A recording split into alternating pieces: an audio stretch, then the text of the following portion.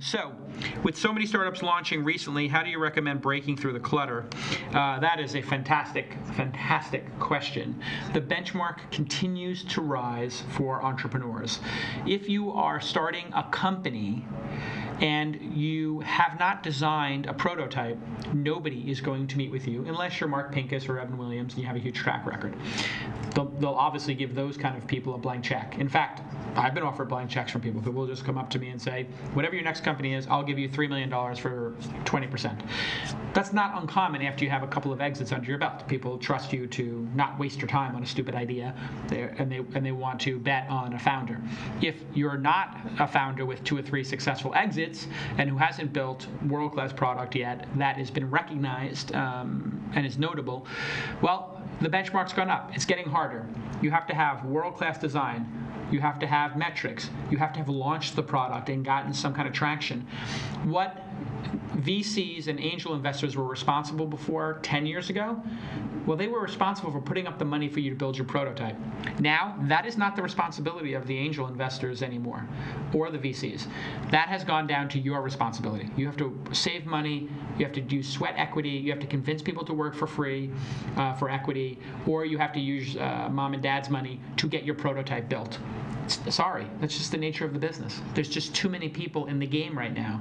If this was the hip-hop game, it would be like you coming in and saying, hey, before I put down any tracks, I want money. I want a record deal. And they'd be like, that doesn't make any sense. Bring us your homegrown album and invite us to your concert where you're playing for some number of people, and when you have your 20th concert and you've sold 1,000 CDs on the street or out of the back of your car, then we'll talk.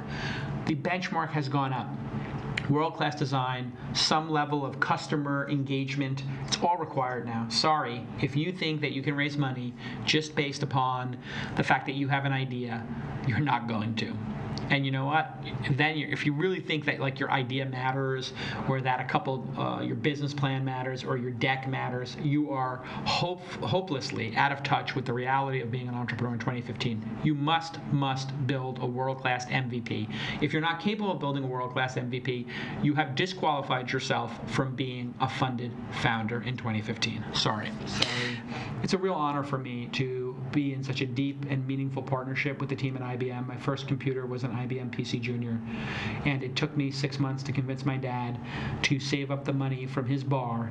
And one night, he got home from the bar at 6 or 7 in the morning, and I was annoying him as a 12-year-old. I really want the PC Junior. It's $900. Please get me a PC Junior. And he said, fine. He was kind of half in the bag at the time.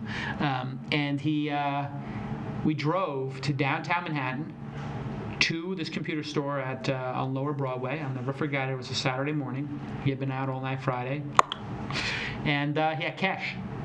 And he walked in and he bought me the IBM PC Junior. And it was the greatest computer. It started me on my journey. And now, wow, it's like 30 years later, and I'm in a deep partnership with IBM. I can pinch myself. Like, it's really just super great to have the recognition of a world-class company like IBM who cares just as much as I do and my team does about supporting founders. So SmartCamp 2015, SmartCamp 2015, SmartCamp2015.com.